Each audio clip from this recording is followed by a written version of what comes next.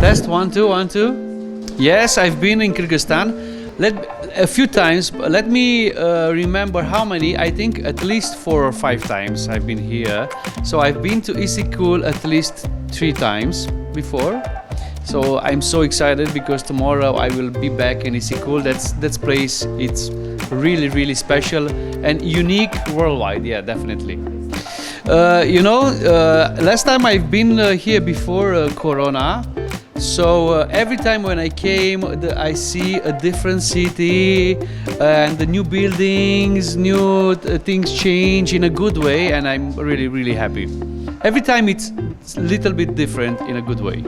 Actually, I've met a few artists. It's difficult now to remember the names, but I meet a few artists over the time. Yeah, I have already some pictures with some artists.